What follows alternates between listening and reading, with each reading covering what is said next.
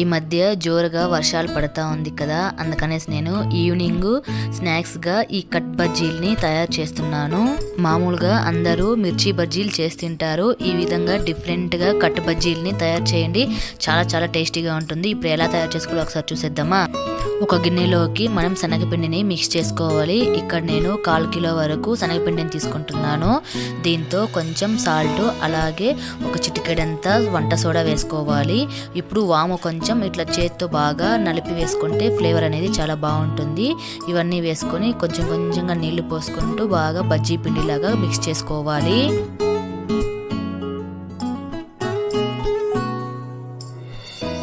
ఈ బజ్జీ పిండి కలిపేటప్పుడు మనం ఎంత బాగా కలిపితే మనకి బజ్జీలు అంత ఫ్లఫీగా వస్తాయి.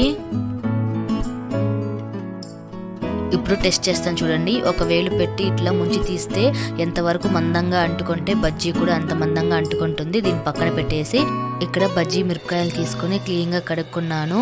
మా పక్క అయితే ఇలాంటి బజ్జీ మిరపకాయలనే వాడుకుంటాము. ఇప్పుడు ఈ బజ్జీ మిరపకాయలు చాలా పెద్దగా ఉన్నాయి కదా, అందుకనేసి నేను ఇక్కడ 4 ముక్కలుగా కట్ చేసుకుంటున్నాను. ఫస్ట్ అయితే 2 ముక్కలుగా కట్ చేసుకొని లోపల ఉన్న గింజలు మొత్తం తీసేసుకుంటే మనకి కారం కొంచెం తక్కువ ఉంటుంది కదా. తర్వాత దాన్ని ఇంకా 2 ముక్కలుగా కట్ చేసుకుంటున్నాను. ఇక్కడ నేను మొత్తం కట్ చేసుకొని చూపిస్తాను చూడండి.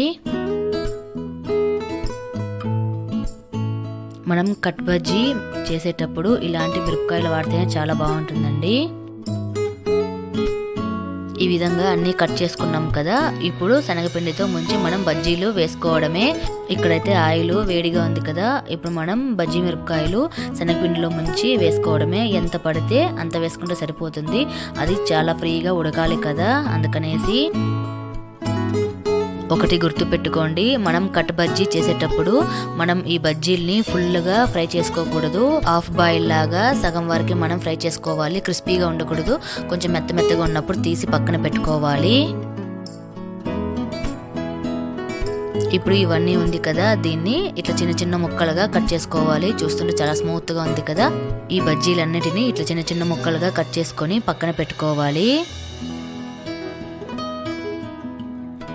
ఇక్కడ మీకు ఒకటి చూపిస్తాను చూడండి. లోపల మిరపకాయ అనేది మనకి ఫుల్గా బాయిల్ అవ్వలేదు కదా, హాఫ్ బాయిల్ లాగానే ఉంది కదా. ఇప్పుడు అదే ఆయిల్లో మనం కట్ చేసుకున్న బజ్జీలు మొత్తంని వేసుకొని ఇప్పుడు మనం బాగా దీన్ని ఫ్రై చేసుకోవాలి. ఈ కట్ బజ్జీకి ఉన్న స్పెషాలిటీ ఇదేనండి. ఇప్పుడు మనం బాగా దీన్ని డీప్ ఫ్రై చేసుకోవాలి. బయట చాలా క్రిస్పీగా, లోపల సాఫ్ట్గా అయ్యేంత వరకు డీప్ ఫ్రై చేసుకున్న తర్వాత తీసి పక్కన పెట్టుకుందాం.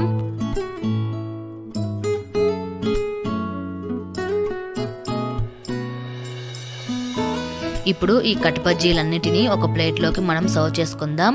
ఇప్పుడు ఈ ప్లేట్ నిండా తీసుకున్న తర్వాత మనం పైనుంచి సన్నగా తరిగిన ఎర్రగడ్డల్ని ఇట్లా స్ప్రింకిల్ చేసుకోవాలి.